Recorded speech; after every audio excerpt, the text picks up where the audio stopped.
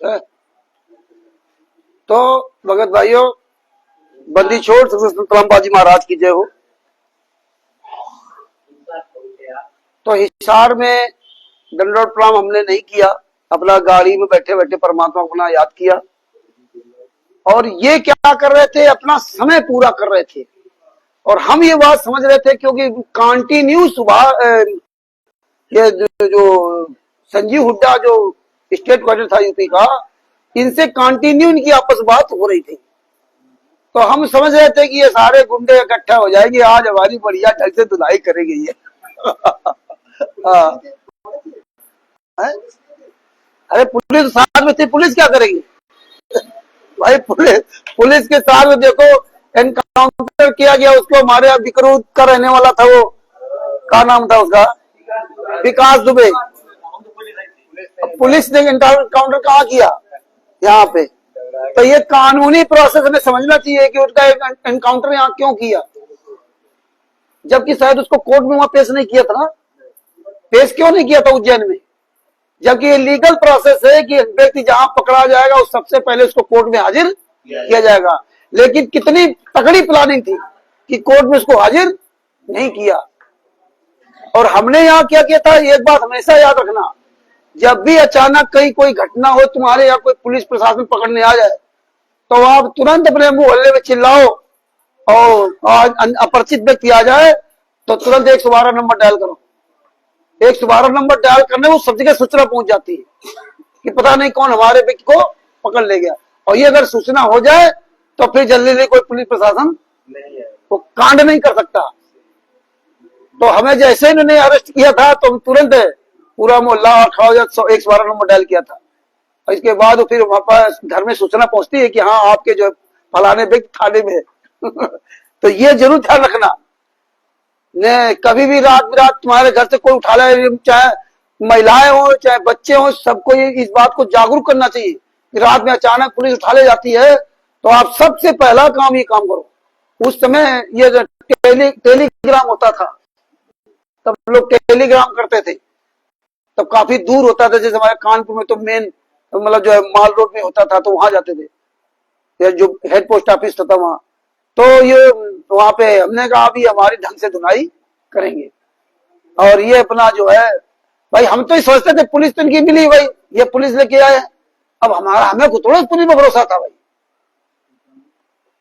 तो एक होटल में ले गई, बढ़िया होटल में नीचे अंडरग्राउंड, वहां ले गए।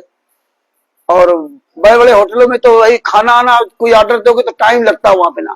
तो ये टाइम पास कर रहे थे, टाइम पास करते समय एक एक पराठा का ऑर्डर दिया गया। और हम लोगों ने भाई पराठा खाया, सब लोगों ने। 3-4 लोग ये थे और 2 लोग ये एसआई जसविंदर जी, उनके हमारा एक सिपाही, और हम पराठा खाने के बाद एक बाल घुटा रखा था लौंडा था, वो हमारे सामने से बैठा था, मैं उधर। उसने हमें कहा कि रामचंद्र जी, वो आप पवन संजय के चक्कर में मत पड़ो और छोड़ो, हटाओ, अपना काम करो, ये वो। हमने हमारा पवन संजय से कोई लेना देना नहीं, हमारा पवन संजय से कोई लेना देना नहीं। हमें आप इसके बारे में बताओ कि ये संस्था किसकी है, कभी परमेश्वर भक्ति ट्रस्ट जिस पर्चे में नाम दीक्षा दे रहे हो, हमें इनके सबूतों के बारे में आप सबूत दिखाओ, ये दुनिया बातें मत करो। अगर आप सब लोग यही सवाल करना शुरू कर दो कि आप ये दुनिया कहानी बताओ, हमें एविडेंस दो, और जो तुमने एविडेंस नहीं दिए वो उन लोगों ने एविडेंस उपलब्ध कराए, और अब आप अपनी बरवली बात कर रहे हो कि वो गलत है, उनके सबूत गलत है। लेकिन ये तो हम खुद जानते हैं, हमारे गुरु ने कहा कि अगर तुम्हारे पास सच्चाई है तो तुम अपनी सच्ची बात दो ना, वो हम इससे मिलाएंगे, मिला करके फिर हम निर्णय लेंगे क्या गलत क्या सही है। भाई इन्होंने तो पुस्तक बना के दे दी सारे केस ऑफ जजमेंट, तुमने क्यों नहीं दिया? ये तुम्हारी जिम्मेदारी थी, तुमने एक भी केस का हमें सबूत नहीं दिया। तुम कहते थे 4 एफआईआर नंबर 426 में सरकारी काम वादा में संतराम बाजी मास बाइज्जत बरी हो गए, 427 में बंधक बनाने के केस में संतराम बाजी मास बाइज्जत बरी हो गए, 443 में आवश्यक अधिनियम सिलेंडर वाले केस में संतराम बाजी मास बाइज्जत बरी हो गए। जब बरी हो गए तो फाइल क्यों नहीं दिखा रहे हो? अगर बरी हो गए तो फिर वो जजमेंट की फाइल दिखाने में तुम्हें क्या आपत्ति है? लेकिन ये क्यों नहीं तुम खा रहे? तुम बता रहे 5 केसों में एपी सिंह वकील थे, 5 केसों में 5 लाख रुपए की तारीख लिखता था। तो जब बरी हुए, जब तुम बरी वाले केस की फाइल आज तक नहीं दिखा रहे हो तो इसका मतलब क्या है? और जब आज इन्होंने फाइल दिखा दी, पूरी दुनिया के सामने पहुंचा दी, तो आप कह रहे फर्जी है, लेकिन आज भी आप फाइल नहीं दे सकते। तो ये सबूतों के आधार से ना ये चीजें हमें जवाब देना चाहिए और समझना चाहिए। तो इसी तरह ये जब हम लोग को जो वहां पे इसने मुझसे कहा कि भाई आप पवन संजय के चक्कर न पड़ो, हमने मुझे पवन संजय मतलब थोड़ी है। अब जैसे आप यहाँ आए हो तो आपको रामचंद्र से मतलब नहीं है। अगर आपके पास एविडेंस दे जा रहे तो क्या हम अपने निर्दोष होने का सबूत दे रहे हैं क्या, या हम आपसे कह रहे हैं कि मेरे लिए बोलो? तो आप भी कभी कोई बात आए तो आप ये ना कहे कि नहीं हाँ रामचंद्र के कहने पर या गलत है या सही है। आप ये कहे जो सबूत वो दिए, उन्होंने अपने घर में नहीं बना दिए, ये जिम्मेदारी आपकी थी, आज तक नहीं दिया और कभी दोगे नहीं। आप इन सबूतों को गलत सही साबित करो। हम अपने गुरु जी के लिए आवाज उठा रहे हैं, ना कि रामचंद्र के लिए। हमारा रामचंद्र गुरु नहीं है, सचभूषण जी गुरु नहीं है। सचभूषण जी के द्वारा या रामचंद्र के द्वारा ये परमेश्वर की दया जो हमें ये सबूत मिले, और नहीं तो तुम सबूत क्यों नहीं दिए? तो वही बात हमने उससे कहा कि आप हमें एविडेंस दीजिए, आप ये दुनिया बात तक मत कीजिए, मैं किसी पवन संजय के पीछे नहीं चलता। तो ये वहां कुछ गर्म हुआ तो हम भी गर्म हो गए। तो एक जो एसआई जसविंदर जी बोले रामचंद्र जी आप इसकी बात से सहमत हैं? नहीं सर, मैं इसकी बात से सहमत नहीं हूं। जब कहा नहीं तो उसको बहुत डांटा वहां पे ना, और ये बात चली रही थी तब तक संजीव हुड्डा ये सब 4-5 आ गए, देश से सब जो आ गए, और आने बाद नीचे उतर ही रहे थे, और हम तो ऐसे आगे मुंह करे बैठे थे, वो पीछे से उतर के आ रहे थे। तो कहता है आज मैं बताऊंगा कि मेरे कितने खाते दिल्ली में। तो हमारे बगल में सिपाही जो हम रहते बैठे थे, उसके बगल में वो बैठे थे एसआई जसविंदर जी। तो भाई पुलिस डिपार्टमेंट अब एसआई सब इंस्पेक्टर वगैरह, तो दिमाग तो सब इनके होते ही है। और सब खड़े हो गए, तो हम भी खड़े थे भाई, खड़े हो गए जैसे ही आए। और आने बाद एसआई जसविंदर जी ने वो पुलिस जो वाला था कांस्टेबल, उनका इशारा किया, कोई समझ नहीं पाया। देखो ये हमने इशारा देखा और उसने मेरा हाथ पकड़ा और तुरंत लेके आया। मतलब इनका नीचे उतरना हुआ, और ये बात उतरते हुए कहते हुए आया, और जैसे वो कहते हुए नीचे उतरा, इतने ही जसविंदर जी ने उसी समय, देखो समय नहीं, 1 मिनट का समय नहीं लगा, उन्होंने इशारा किया, उसे तुरंत मेरा हाथ पकड़ा, ऊपर लिया। और नहीं तो ये तो साले अंदर हाथापाई करते, पुलिस वाला क्या करता, ये जरूर मारते वहां पे। वो उसी समय तुरंत लेके ऊपर आ गए। अब आने के बाद 8-9 जनवरी शायद थी, ठंडी थी थोड़ी, और मुझे आके गाड़ी में बैठा दिया, पीछे वाली सीट में इनोवा बैठा दिया, और गाड़ी शीशा जैसे चढ़ा के लॉक कर दिया, और आगे वो हमारा ही सिपाही बैठ गया। और एक जो अबोहर का था अमित, वो सब ये जो है गाड़ी आड़ी बुक कराया था, वो सिपाही जा उसको बुलाया था, बोले इसीलिए तू पराठे खिलाने लाया था, इसीलिए अगर रामचंद्र कुछ हो जाता ना तेरी साले ऐसी तैसी कर दूंगा। बहुत उसको डांटा उसने। बोले नहीं, वो तो समझ गए थे कि सारे इस तरह काम करने के लिए आते। और उस धूप में ये सब खड़े, और खूब सारे हमें गरिया में धूप में खड़े जसविंदर जी से, और उनसे कहा कि मैं रामचंद्र से बात करना चाहता हूँ। बोले बात तो आप रामचंद्र से बात करना चाहते हो, हमसे मना कर दिया था जसविंदर जी से कि तुम बोलना नहीं, कुछ भी बोले तुम बोलना नहीं। तो हम ना ऐसे सीधे अपना बैठे, और ये सारे आवे गाड़ी के पास है, और बोले अंदर मत जाना, बाहर से आप कुछ बोल लो, जसविंदर जी कह दिया था अंदर मत जाना। अब बताओ साले कितने बड़े कायर है, या जो प्रधानमंत्री के साथ फोटो खिंचा घूम रहे हैं, तो यार वहां भी तो पूरी ताकत लगा सकते थे, हम तो अकेले थे। तो ये कहने मतलब कि आप देखिए, वो परमेश्वर के अगर इस मार्ग में चलोगे, परमात्मा दिखा दिया कि देखो मुझे तो अंदर कर दिया, लेकिन मेरा एक बच्चा हरियाणा में आया और इनके ऐसे तैसे करके चला गया, उसको टच नहीं कर पाए। इतना इनका पावर, जो इतना बड़ा कांड करा दिया खुलेआम। बरवाला कांड के समय बोलते थे कि संत रामपाल जी महाराज चाहेंगे तो भी मैं कोर्ट में पेश नहीं होने दूंगा, 1 लाख लोगों की लाशों गुजरना होगा। बताइए, उसको आज तक कोई सरकार पकड़ ही नहीं रही है। 26 अक्टूबर 2014 संत रामपाल जी महाराज ने चंडीगढ़ हाई कोर्ट में लेटर लिख के दिया, कभी नहीं राष्ट्रीय सेवा समिति के इस आदमी को कोई नहीं पकड़ा। और जिसने 14/7/2014 को high court, Chandigarh, Hisar court और रोहतक कोर्ट में हजारों काले कमांडो ने हाईजैक किया था। आप लोगों को कोई था उसमें? आप लोग नहीं थे, कोई नहीं था ना। हम भी थे, हम थे हिसार में। अच्छा, आप हिसार में थे। अब बताइए, पूरा कोर्ट हाईजैक कर लिया दोनों जगह का, और सरकार चुपचाप आप अभी किसी आप फिर जा रहे हो क्या? तो इतनी बड़ी तगड़ी सेटिंग थी, ये सारी पार्टियों को अपना बाप बना रखा है। संत रामपाल जी पहले भी थे, संत रामपाल जी ने कहा था कि मेरे बेटा थी, मैं जानता कितनी मेरी सेवा करते थे, कर दिया था ये बोले सब, और आज नहीं खबरें बोले। तो ये गरियाते रहे, बाहर खड़े, कुछ नहीं कर पाए। हरियाणा इसके बाद में पंजाब ले गए। जसविंदर जी ने जो वहां का जो जगह छोटी छोटी बनी होती थी कोठरी टाइप में बन गई, वो देख रहे था। उससे कहा कि रामचंद्र जी है, इनको अलग से पानी देना, और हमको दिन में 4 रामचंद्र जी चाय पानी नाश्ता कोई दिक्कत नहीं। खाना लिया था, पानी मिला। इसके बाद नाम चला पंजाब के नरेश दास और दीपक दास,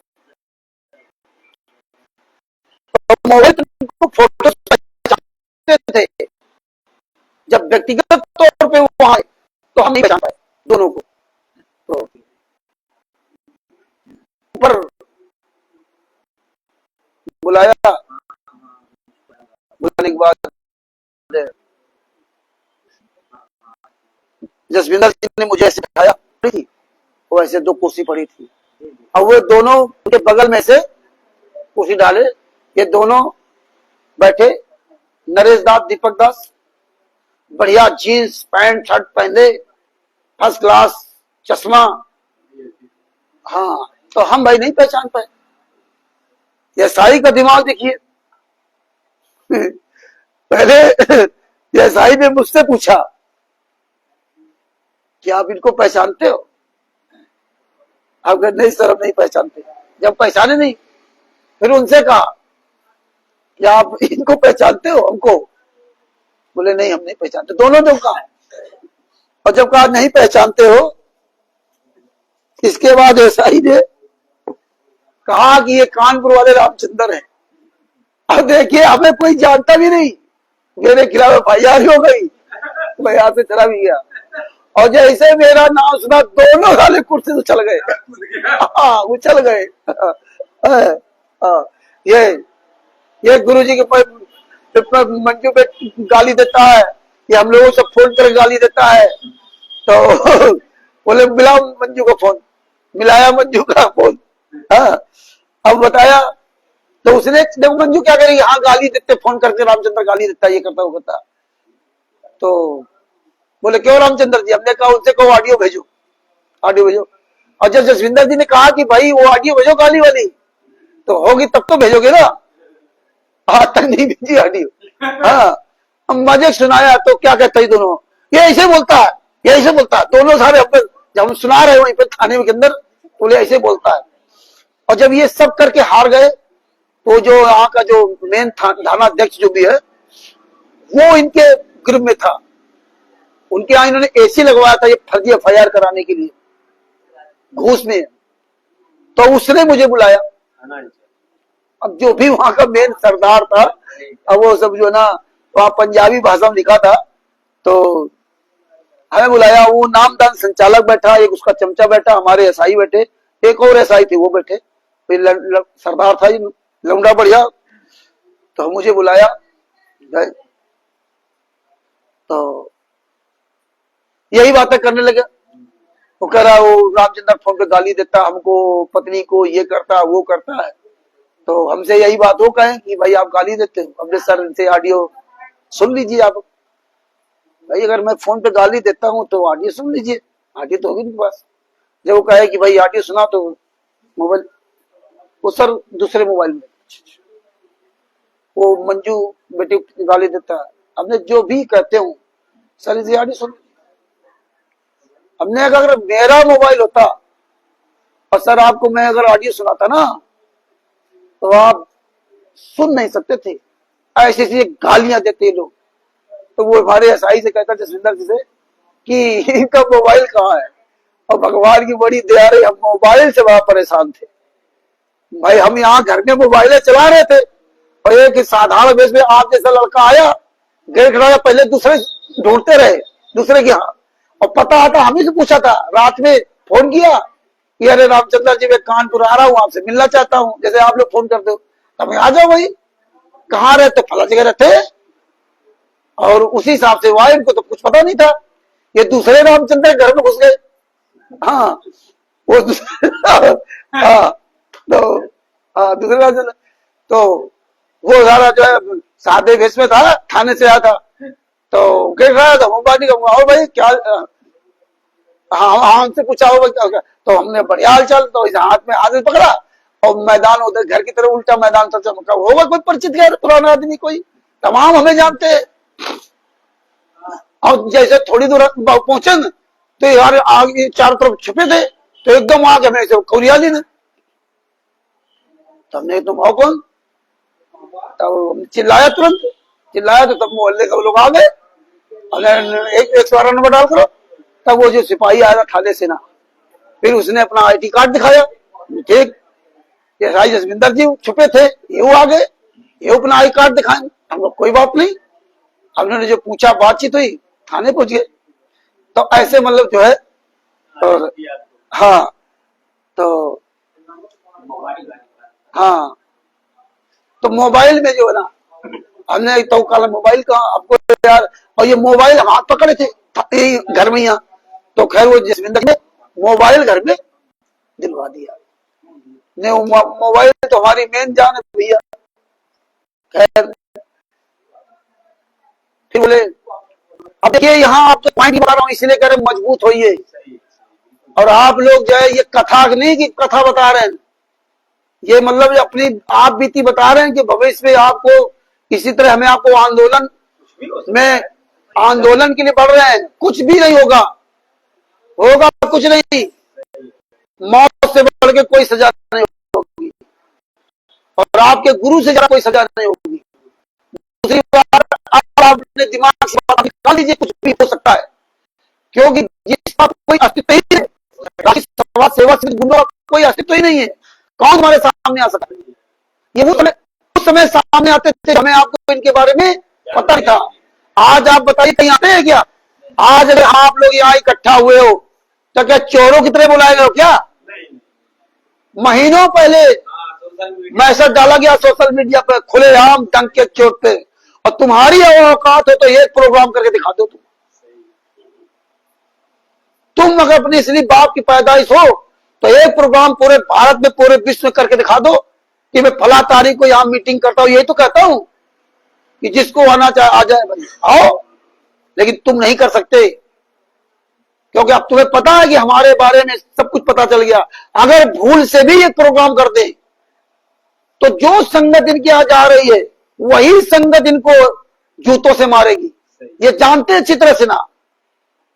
ये अलग बात की भीड़ का हिस्सा बनकर के कोई भी जा रहा हो, लेकिन जब आमना सामना वहां होता मैदान में ना, तो हर आदमी का खून खोल जाता है, चाहे कोई भी हो।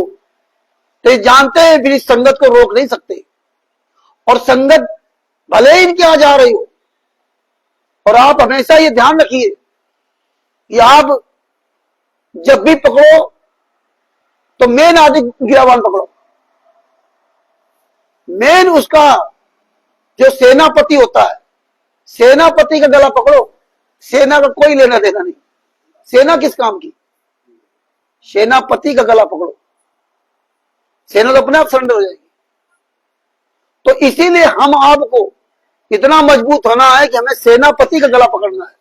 और आज हमने सेनापति का ही गला पकड़ा है, इसलिए आज सेनापति सामने आने वाला नहीं है। तो अब आपको ये समझना होगा कि अन्य जितने लोग भौंक रहे हैं, तुम्हें कोई कहे रामचंद्र गुरदोही, रामचंद्र गलत बात करता है, आप अब किसी की बात मत सुने।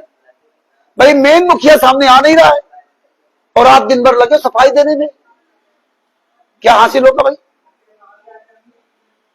उसमें एक बताया था कि एक हाथी, एक गधा और एक वो नहीं, एक गधा था और एक घोड़ा था,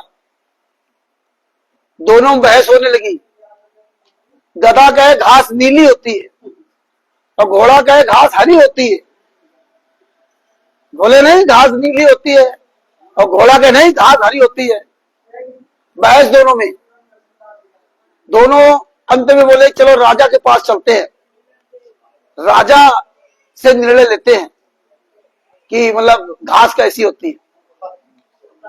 दोनों पहुंचे शेर के पास, शेर से बात रखी कि भाई, गधा बोला कि महाराज घास तो नीली होती है और ये कह रहे घास हरी होती है।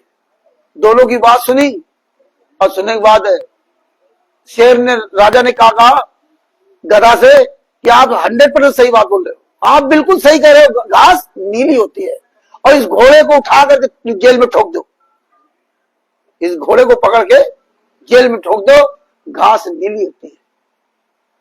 तो घोड़े ने कहा कि भैया घास तो हरी होती है और हमें क्यों ठोक दिया जेल में, इसको क्यों? तो कहा कि जब तुम्हें पता ये गधा है तो उस गधे से तुम काहे बहस कर रहे हो? जब तुम्हें पता है ये गधा है तो इस गधे से बहस क्यों कर रहे हो? ये पूरा एक टीम वर्क बना रखी है, टीम। ये खुद नहीं आ रहे और हमें आपको दिन भर लगे इन गधों के पीछे हम लग करके अपना दिन भर। भैया वो जो तुम्हारा घोड़ा बना वो क्यों नहीं आ रहा सर के पास?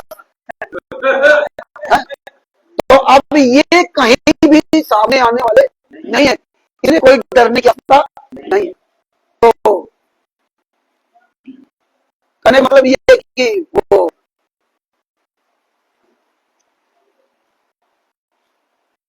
खाने वाली बात करते ना, हाँ मोबाइल पे, हाँ। अंत में देखो उसने कितनी महत्वपूर्ण बात कही। ये बात आप लोग ध्यान से सुनो। और जिंदगी का पहला मेरा चांस था थाने का, और मेरे गुरुजी की अगर दया ना होती संतराम पाजी महाराज की, तो भगत जी हम ये कोई जवाब उनको बहुत हो रहा भाई, शांति बना, हम ये जवाब थाने में नहीं दे सकते थे। ना मुझे कोई लीगल प्रोसेस पता था, ना मुझे कानूनी कोई जानकारी थी, ना मैं कोई इतना पढ़ा लिखा व्यक्ति हूं, लेकिन परमेश्वर हमारा साथ देते रहे, इसलिए हम बोलते रहे। अंत में उसने एक बहुत महत्वपूर्ण बात कही। उसने कहा रामचंद्र जी, कल आपके गुरुजी जेल से बाहर आ जाए और कहें कि ये मैनेजमेंट सब सही है, आप लोग गलत हो, तब आप क्या करोगे? आप लोग बताओ। अच्छा, आप लोग सब लोग इतने बड़े हो, माताएं बहनें भाई बहन सब लोग बैठे हैं, आप ही बताओ कल गुरुजी जेल से बाहर आ जाते हैं और आने की बात कहते हैं कि मैनेजमेंट जो कर रहा था वो सही कर रहा था, जो कर रहा वो सही कर रहा, रामचंद्र ये टोटल गलत बोल रहा था। सचभूषण जी, रामचंद्र ने आप सबके जीवन को बर्बाद कर दिया। कल गुरुजी जेल से बाहर आकर के ये बात बोल दे तो आप क्या कहोगे, क्या करोगे, क्या निर्णय लोगे आप? क्यों नहीं? और आप बता कर बता करके हम लोग बता रहे हैं। यही बात है, यही बात है। ये अभी एक और सवाल खड़ा होगा, 24 वर्ष का क्या जरूरत थी, क्या सुनाने? ज्ञान इसीलिए तो दिया था। तो सुनो कि क्या पढ़ रहे हैं, क्या सवाल है। गुरु जी आपका हाँ तुम शराब पियो तो पीना स्टार्ट कर दो, तो ज्ञान करना जाओगे तो गुरु जी बोले कि हमको ज्ञान दिखा करके बात कर रहे हैं। जवाब आप देते थे तो लाइट कर जाती। तो इसके बाद देखिए क्या हुआ, हमने कहा सुनिए सर जी, ऐसे तो होते, यही आवाज थी थाने के अंदर, आवाज में कोई कसर नहीं थी, वही आवाज। बोले कल गुरुजी जेल से बाहर आ जाए और कह दे तुम सब लोग गलत हो और ये आरएसएस राष्ट्रीय स्वयं दल सब सही है, तब क्या करोगे? हमने सर मुझे 5 मिनट का समय चाहिए, यही सब थे। 5 मिनट समय जिंदगी भर याद रखेगा, वो भी कोई था कानपुर वाला। तो हमने सर मुझे 5 मिनट का समय चाहिए, बोले समय दिया। हमने सुनिए सर जी, हम जब 2024 में 2014 में जब नाम दीक्षा लेने आते ना हरियाणा में, तब ऐसे नहीं चले आते कि केवल सुन लिया टीवी चैनल पर, पुस्तक पढ़ लिया चले आए। हमने कहा हमने सारे साथ खरीदे थे, और सही बात है, हमने सारे साथ खरीदे, हमने सारे साथ खरीदे और सारे शास्त्रों में हमने ज्ञान मिलाया। और जब ये हम बात बता रहे थे तो नामदान संचालक क्या कहता, अरे ये सब बातें मत करो। हमने सुनो, चुपचाप बैठो। हमने सर से समय लिया, सर जी से, यही सब थे। हमने सर जी से समय लिया है, अपना तुम चुपचाप बैठो जाते। थाने के अंदर अगर आप इस तरह बात कर रहे हो तो सामने वाला भी तुम्हारी बात का महत्व देता है। इसलिए हम आप सब लोगों को कहते हैं कि आप एथेंटिक बातें करना सीख जाओ, शुरू कर दो, अनावश्यक बात करना बंद कर दो। कोई क्या तुम किसी, अरे भैया तुमसे खा लेना, आपने क्यों खराब राष्ट्रीय सभा से सामने कौन जवाब देंगे? हम क्यों कोई संजय कर रहे हम रामचंद्र के बारे में ना रामचंद्र के बारे में, ये तो गुरु जी के बारे में है, गुरु जी के बारे में बोल रहे हो तो तुम ये बात सही है क्या? तो हमें हमें जो है इससे आपका सम्मान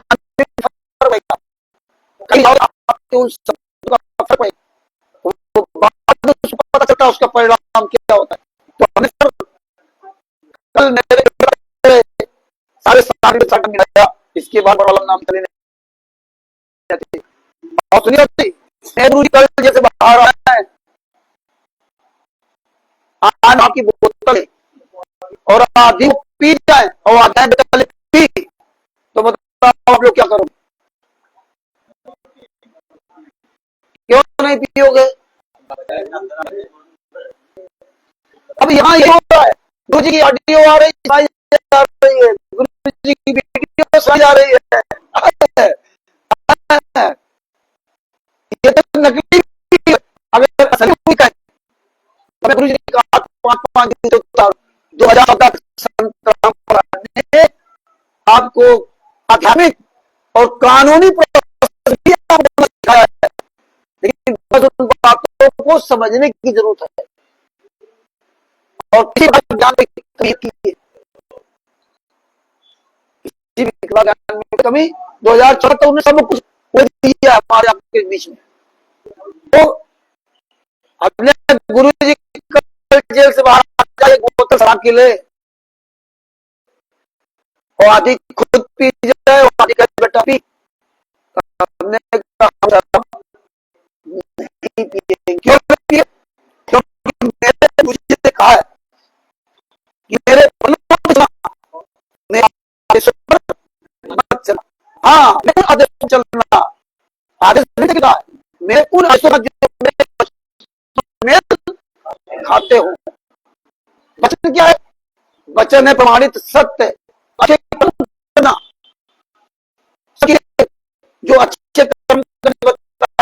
शराब नहीं पीना तो किसी नहीं पीना, तो ये प्रमाणित है और उससे बोल करके हम करने के लिए तो ये आदेश उन आदेशों पर चलना जो मेरे बचपन से मैं खाता हूँ। तो शराब पी सकते हैं हमारी परीक्षा लेने के लिए। और ये भी बता दिया हिंदी हमारे जो भजन करे गरीब दादी की होगी जब तक सूरज चंद्र। तो अगर आपको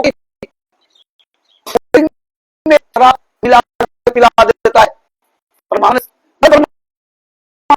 ने कोई छोड़ नहीं आज दे सकते अपने गुरु जी बोले तो मिला के नहीं हो है ना, वो कर्म नहीं लगेगा इंद्रिय लगे जो गरीब जाति की होगी जब तक सूरज चले।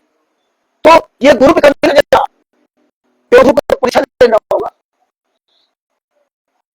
उसका उस शराब से कोई लेना ना नहीं है। अब गुरु ने कहा कि कभी भी कर सकते कि मतलब गुस्से में या उसे हम नहीं पिएंगे, हमारे विनम्रता साथ अपने गुरु जी से दंडवत करते प्रार्थना करेंगे कि बंदी चोर आप ही ने मुझे ज्ञान दिया है कि मेरे वचन पे चलना, मेरे आदेश में चलना, हमें उन आदेश से चला जो मेरे वचन से मिला। हम उससे एक बात और बताई थी कि अगर हमारे गुरु जी बोतल ले आए और तुरंत पी जाऊंगा, दोनों आदेश शराब और दूसरी भी आदेश अपने कुछ पढ़ते रहेंगे। तो आप ही ने मुझे ज्ञान दिया कि मेरे वचन पे चलना, मेरे आदेशों पे चलना, हाँ मेरे पूरा आदेश चलो मेरे खाओ। तो ये शराब पीना आपके नहीं खाता, इसलिए हम आपका पालन करते हम शराब नहीं पिएंगे और दूध भी ना आपके बच्चन से भी खाता है इसी तो जब उसको ये रूल नहीं रखा उसने उठाया बोले भर ले जाओ। उसके बाद जब वो ज्यादा जिंदा होगा तो व्यक्ति को सबसे बड़ा नाम होता है। और इसके बाद मुझे डिमांड पे लिया गया, मुझे यहाँ से लेकर के हथकड़ी नहीं लगाई, हथकड़ी समय लगा नहीं तो वहां तक ले जाते बाहर नहीं अंदर नहीं सामने हथकड़ी लेके नहीं जा सकते जब जज के सामने वो जो है हमें ले भाई कोर्ट में उपस्थित किया, वहां भी मेडिकल पहले मेडिकल करने के बाद कोर्ट में गए, इन्होंने 2 दिन रिमांड मांगा था तो ये 3 दिन का रिमांड की लोगों ने हराम जादू ने कहा था कि हम रिमांड। आप सोचिए गुरु जी भारत के इतिहास में सबसे ज्यादा रिमांड लिया गया है और आप हमारे लोगों के अंदर अभी भी जू नहीं रेंग रहा है। 32 से 35 तक पुलिस रिमांड करती है, हमें आपको शर्म आनी चाहिए 32 से 35 दिन तक रिमांड किया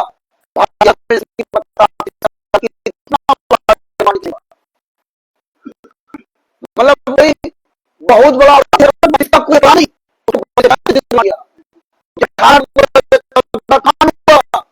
संतराम कम्बल तक नहीं रह गया, गर्म पानी नहीं दिया।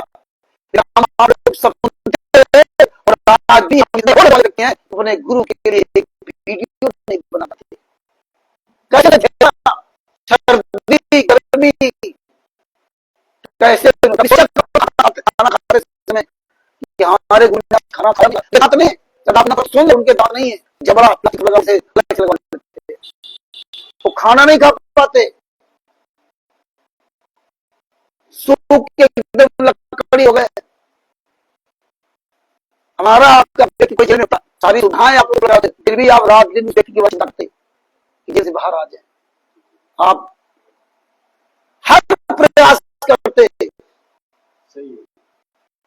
लेकिन जिस संत को 35 दिन तक रिमांड में लिया गया, तो इस सब को बता गया।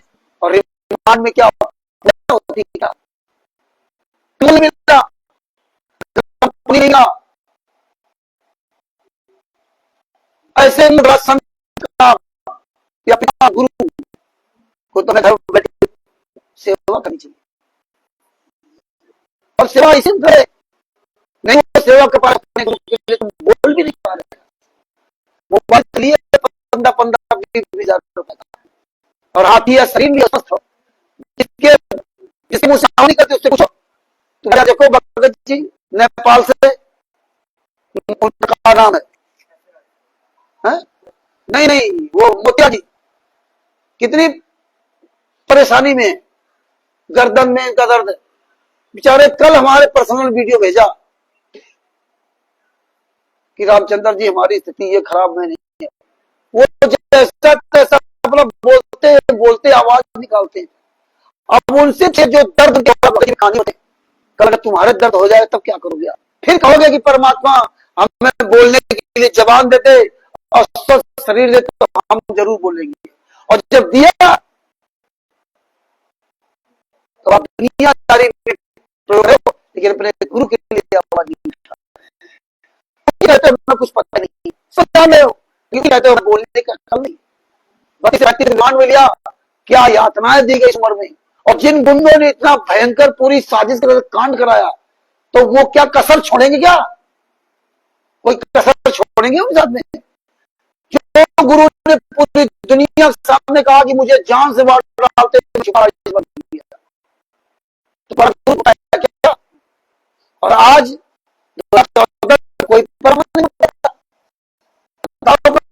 चिल्लाता हो। 2014 रहे, कभी बत्ती का टोला लेके खा लो,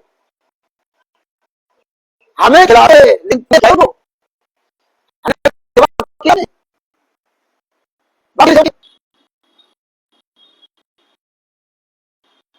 मैं आपको फिर अच्छा, हम आप जीवित हो, आप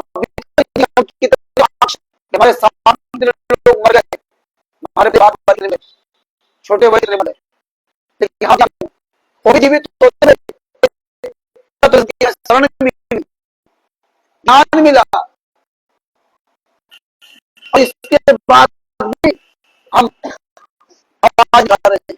11 साल के बाद मुझे रिमांड लिया, रिमांड में लेने के बाद वही छोटे से जंगल फोन करके बताया, किसको बताया नहीं पता, लेकिन उसको बताया मेरे सामने कि सब 1 दिन का रिमांड मिला। अब 1 दिन का जब रिमांड मिला, अब मुझे थाने में वापस आ गए। आने के बाद वो दोनों नाम स्टेट को नरेश दास पगा दोनों आ गए वहीं पर थाने में। आगे पर मुझे छत पर वाले गए जो कब्र था, दोनों ऐसे बैठे, ऐसे भाई जसविंदर जी बैठे, बगल में 2 कुर्सियां पड़ी, ऐसे बेंच पड़ी थी, हम बैठे, यहाँ एक बैठा, हम बेंच में नीचे बैठाया गया, यहाँ बेंच पड़ी थी उस पर बैठा, यहाँ भाई जसविंदर जी, हम यहाँ नीचे बैठे, वो सिपाही मेरे पास यहाँ बैठा, इतना बड़ा एक डंडा दिए और उसके आगे पटा बना, बेटा नहीं पटा जो, और नहीं तो जब गुरु जी के बेटा बेटी नहीं हुए तो तुम्हारे बेटा बेटी नहीं आ रही, तो नहीं आ रही, जिनकी के बाद जिम्मेदारियां तो निभाएगी निभाएगी, लेकिन जो जिम्मेदारी से निर्वाह हो गए वो तो कम से कम विचार कर ले। लेकिन हमारे यहाँ सबसे ज्यादा भगत वही परेशान है जो सारी चीजें व्यवस्थित होने के बाद भी वो सबसे ज्यादा दिन भर वही कानून ज्यादा बताता अपने घर परिवार वालों को। तो बोला कबूल कि तुमने ये किया वो किया, दुनिया कहानी। अरे हम जब किए नहीं तो काहे कबूल ने?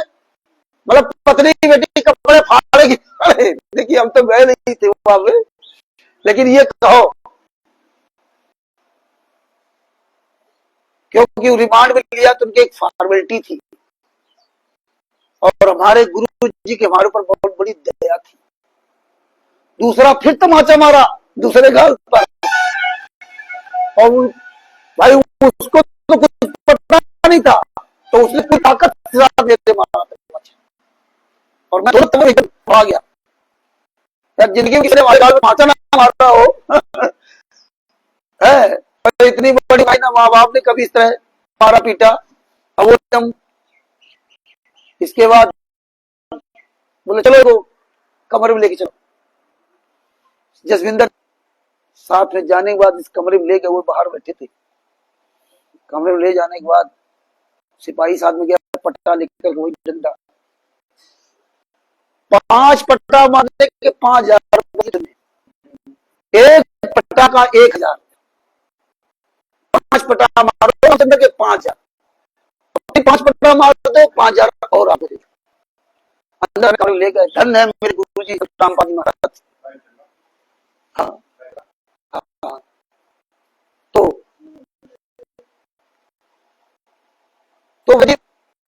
परमेश्वर की दया से तो समझ लो कि जसविंदर ने उसी का रामचंद्र को पट्टा नहीं मारना है, पट्टा मारना है, और रामचंद्र ही तुम्हें रोने का नाटक करना। आप ये ना सोचना कि मैं कोई बात छुपा रहा हूँ, रियलिटी बता रहा हूँ कि सब चलना होगा तो फिर भैया गाना गाने से नहीं होगा कि सिर्फ साटे की भक्ति, आप लोग सिर्फ गाना गा रहे हो बस, तो इससे साटे की ही भक्ति है। तो 5 पट्टा उन्होंने दीवार मारे और हम वहां में रोने का नाटक करना पड़ा। दोबारा फिर उनका सौदा किया तो मना कर दिया, बोले अब नहीं। ये तो उनको फॉर्मेलिटी अदा करनी थी, और परमेश्वर की दया होती, दया होती है, दया वाली बात नहीं। अगर हमारे तो इसके दया नहीं थी, दया तो थी, लेकिन वो भी एक परीक्षा होती कि शायद करना दिखाए और देखते कि नहीं नहीं हाँ आपने क्या बोले, परमेश्वर को खाना था, लेकिन उस पर हम दौड़ रहे, परमात्मा ने इस तरह से मदद की। हमारे तो कोई दिक्कत नहीं थी, लेकिन जब हमने किए तो उनका अपना जिम्मेदारी निभानी थी। और 5 पट्टे जिसके बैठ जाते हमारे जैसे आदमी क्या हाल होते। तुम्हारे गुरु को 32 से 35 दिन तक रिमांड में लिया गया, तो उनकी क्या दशा हुई।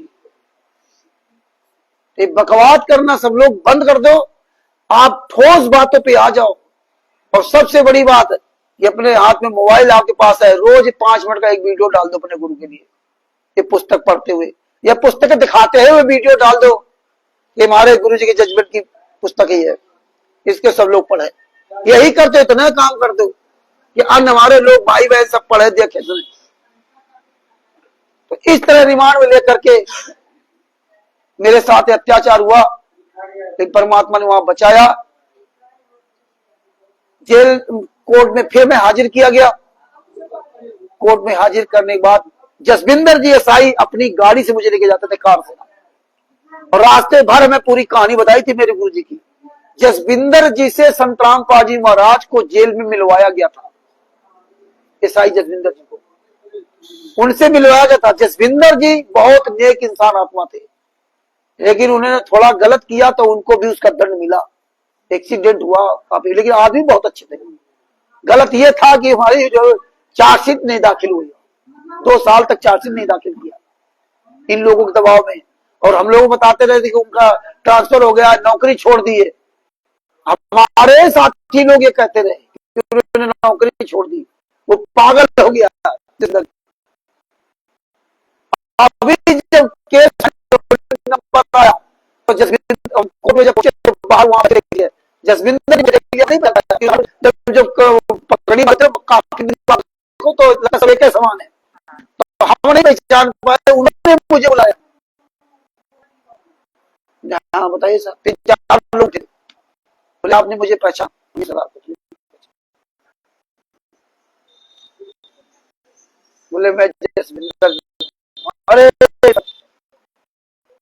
जिन्होंने इतना अच्छा व्यवहार किया हो, अभी कैसे भूल जाए। कहते थे कि नौकरी छोड़ना, बोले अच्छा, जो वकील था वो ये देख रहा है,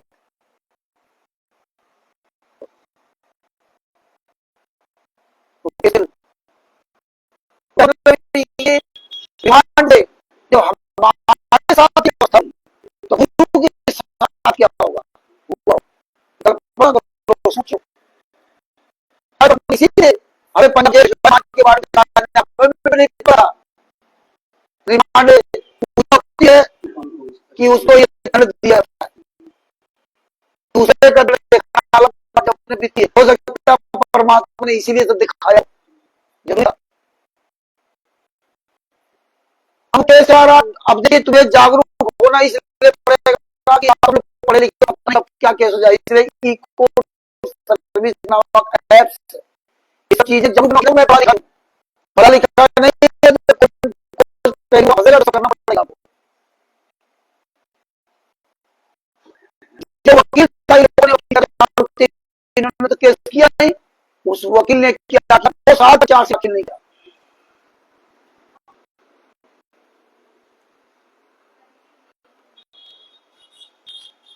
दो साल तक, दिसंबर 2019 तक इन्होंने चार्जशीट दाखिल नहीं की,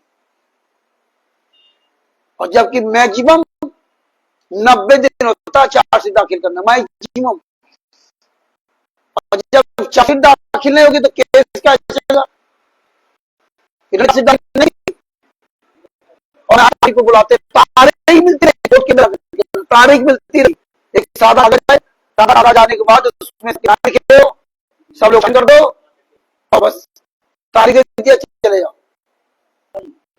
आप समझ लीजिए कि मेरी क्या दशा होती है वहां के, मतलब हर तरह से मुझे परेशान होकर अपने आप छोड़ गया। इसके बाद वकील साहब, देखो हम गुरु जी के सुनते थे, अपने बारे में ना बाकी हमने कभी सोचा बारे कभी ना जाना कि इन्होंने हमसे कहा कि रामचंद्र जो तुम जरा अपना केस नंबर बता, क्या केस नंबर बताया, तो इन्हें डिटेल निकाली कर तुम्हारी तो तारीख है नहीं रही। हाँ तारीख नहीं बोल रही है, हाँ तारीख बोले बाहर जो लिस्ट लगी उसमें नाम होना चाहिए तुम्हारा का, जो हमारे में किया होता है हमको फिर हम लोग जो है ना, तब वो बोले अब की देखना जाना। तो जो 4 लोग पंजाब के थे, ये लोग गंगा, 4 लोग जो पंजाब रहा है, तो 4 लोगों में हम उन हराम तारीख फर्जी है, और 7 तारीख पे आना, तो वहां के मैं जो ना वो उसकी जो बाहर लिस्ट लगी उसको भेजना, तो वो अलग इतना भी काम नहीं किया कि लिस्ट भेज देते, हमें यहाँ जाना पड़ा, पंजाब तारीख तो इसे जान पड़ा, जाना पड़ा वहां। जब नाम नहीं, अब देखो 4 जो पंजाब में एक गोपी राम, बहुत सब महीने में चले गए, दोनों आवाज नहीं, करने वाला कोई नहीं है हम अकेले।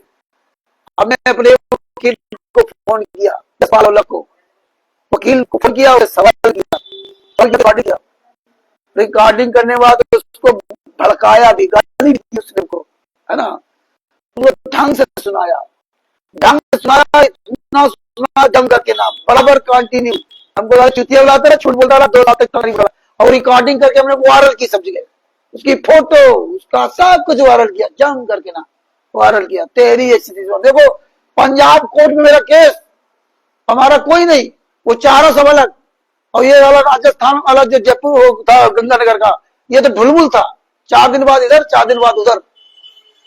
अब हमारा पंगा हो गया वकील से पंजाब में, और हम तारीख पे जा रहा हूं। अब देखिए वो जो महिला, अब देखो उस महिला का रोल आएगा, जिस महिला को, वो लड़के की शादी हुई थी दहेज वाला, जब हमारे पर केस लगा तो उस महिला ने अपनी